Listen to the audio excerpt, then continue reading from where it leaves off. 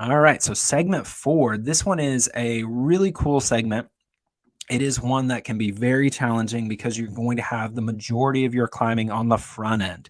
This is sort of the opposite of segment 1 in a lot of respects, where you've got a really steep climb and hurdle on the front end of it, and then you level off and you're going to be in this big long valley for miles and miles. In fact, you'll have a 6 mile straightaway, kind of like in segment 1 you had a 6 mile straightaway. So here you've got 3,300 feet of elevation gain, 1,400 feet of elevation descent as well.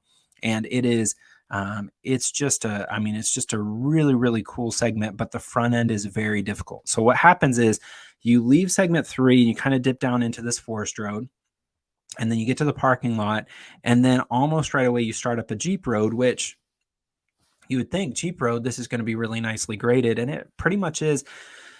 And then it gets hard really quickly, and you make it to the end of the Jeep road. It's really steep and kind of craggy and rocky, and it's just relentless. And when you get to the top and the end of the Jeep road, you hook to the left, and then it gets really hard and you start switchbacking your way up. But then when you get to the top of that, you then have this sort of really cool descent down another Jeep road that's a lot gentler.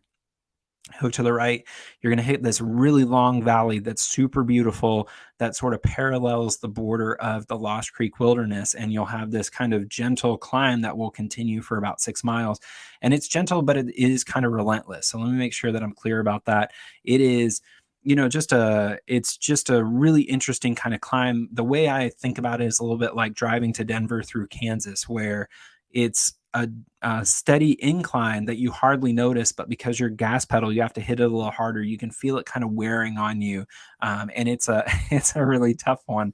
Kind of mentally, if you're not paying attention here. Dodsworth, this is really hilarious.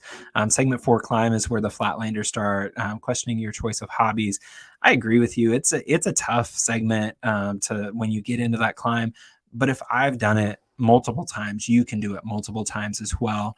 Let's take a look at that one and kind of get a sense of what we're up against here. So this is segment 4. I've tried to keep these in order as well. So for the most part, the clips are all in order, and you'll kind of get a sense here of the climb, and then you'll get a sense maybe a little bit of the descent, and then that long valley that I mentioned where it all clears out and you parallel the Lost Creek Wilderness. So this is it here. So you kind of start on this. You start out from that parking lot and you head right onto this, and then you head up and you kind of see the Jeep road emerging here where the trees have all been cleared out. You kind of see the 2 tracks there, and then you turn and you start really hoofing it up this difficult climb.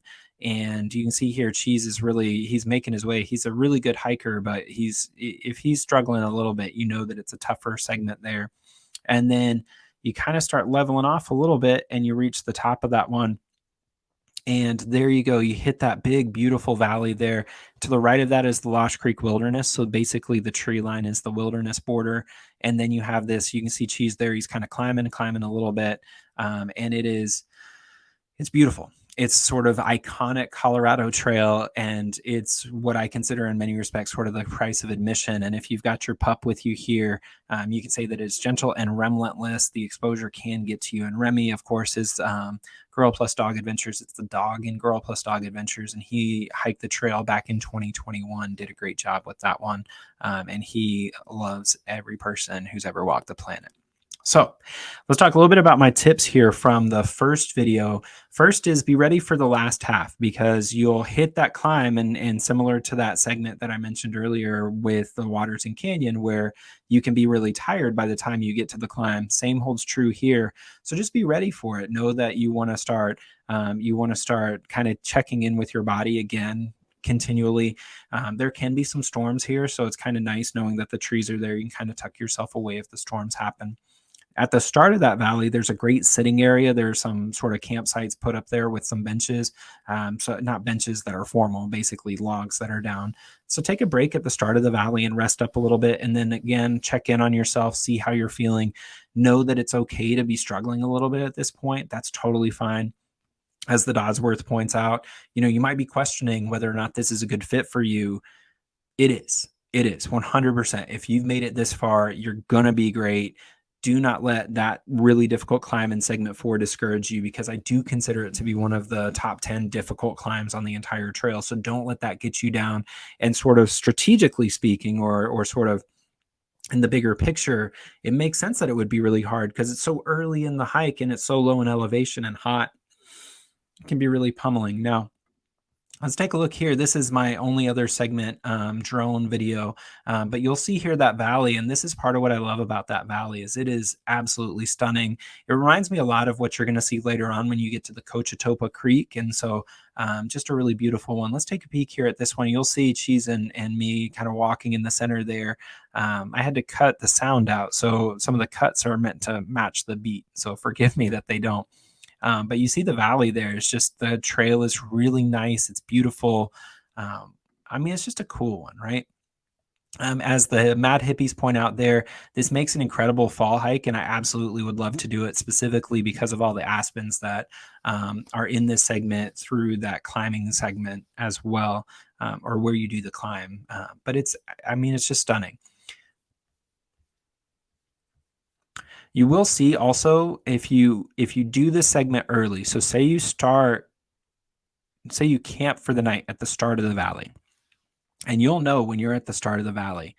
If you camp at the start of the valley and then wake up early and start hiking, there's about a 90% chance you're going to see moose in that valley. So pay very specific attention for moose.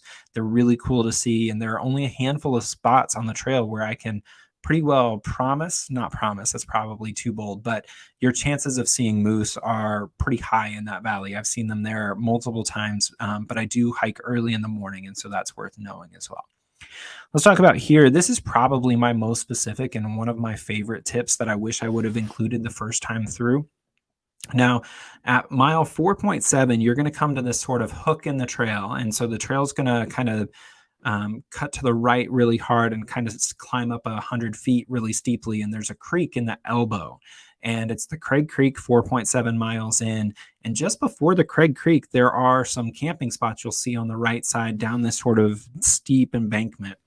And as you would imagine, they're not great camping spots, but a lot of people choose to stop there. It's this sort of obvious kind of bottleneck spot for people to stop and hike or camp rather, right there at the Craig Creek. But get your water, fill up, and go about a half mile past, and it flattens out in super flat, hundreds of good camping spots right in there. So press on. It's not too hard if you decide to wake up the next morning to go back and get a little more water, or there's plenty of water just past that. So you'll have lots of water throughout the segment. I believe there's water just past that. Double check that in your data book to make sure. But I know there's water as you go over the climb. There are a couple of different spots as well. And there's some really good ones right there.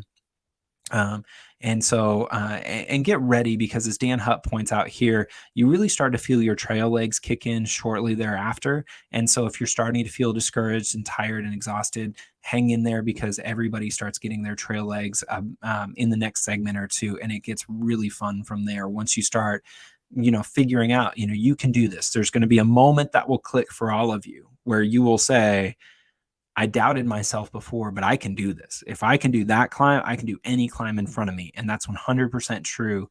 And you're going to do great. So don't get discouraged on those climbs, especially when you get to the other side. Don't ever get to the bottom of a climb. So climb a big climb and then get to the bottom and stay discouraged, because that means you're looking at the wrong thing. You're thinking, man, that was really hard, instead of, man, I just did that. And so focus on your victories and make sure you're really paying attention to where you're doing great stuff, right? And here, be patient on the climb. And if you can, time it with an early morning start. So try to do that start. So if you camp there at just past Craig Creek, that puts you in a great spot, because you'll start with the hardest part of the climb right away and have that knocked out first thing. And then you're going to cruise for 6 to 8 miles through that valley. And so it's a really great way to go to kind of space out the difficult parts. So be patient on it. Take your time. Take lots of breaks. If you have to take a break every 100 feet, take a break every 100 feet. I know I've had to do that in the past, especially if I go through at about 3 p.m. when the sun is pummeling. That's okay as well. And as Tangent Trails here points out, if your morale starts dipping, make sure you have a really good bar of chocolate that you can share with other people. Or if you're hiking with friends, it's their job to tell you when it's time to eat chocolate. So chocolate's just such a good morale boost. So if you start getting discouraged, make sure you have a bar of chocolate that's just for those moments when your morale hits a low. I've said it once, I've said it 100 times, and you're going to hear it 100 more if you keep paying attention, and I hope you do. Now here, I mentioned this already, trying to do that valley stretch early is also really cool because of the moose. It's just so fun to see some of those animals that are a little bit more rare in Colorado. There are some spots where you can see plenty of moose in Colorado, and some elk and such. But, on the CT, there are only a handful of spots where they really pop up and are, you know, you just take advantage of that. And those mornings are just terrific when you're in the shade, because in the times whenever it starts getting hot, you're going to wish you had woken up earlier. And again, there will be times when you can wake up a little bit later, but early in the trail is a great time to really practice waking up early, especially if you're an East Coaster, because you already have the advantage of the 2 hour time difference. So waking up at 5 in the morning in Colorado is like waking up at 7 in the morning on the East Coast. And here, just to reinforce that, Mad Hippies point out plenty of sunlight, go slow, relax, and know you'll get it done. And that's 100% the case. Go slow, know you'll get it done. You might not get it done on the time you wanted to get it done, and that's okay. You're going to get it done. So try to do that stretch early. You're going to be in great shape from there. It's such a cool segment. Once you get into that valley, especially, it's just so spectacular, so cool. I've been there in the afternoon when it's been in lightning storms. That was a little bit eerie, but it also was really cool to see what it looks like then. I've been there early in the morning. It's beautiful. The animals are moving, just really, really cool. It's also, that valley has a lot of good camping spots kind of peppered through. So it's worth kind of thinking about camping in that valley if you're able, because there's so much water. I mean, just tons of water, creeks and tributaries running through. So when you get to that valley, know that you'll have water probably every half mile or so from little streams and creeks. So you don't have to carry any extra water. So you can lighten your pack and kind of start burning some of those miles. So that's segment 4. It is Jekyll and Hyde, but it is the which one's the nice one? That's the second one, right? Or maybe it's like April, right? Comes in like a lion and goes out like a lamb. Or is that March? I don't know. Segment 4, it's terrific. You're going to love it.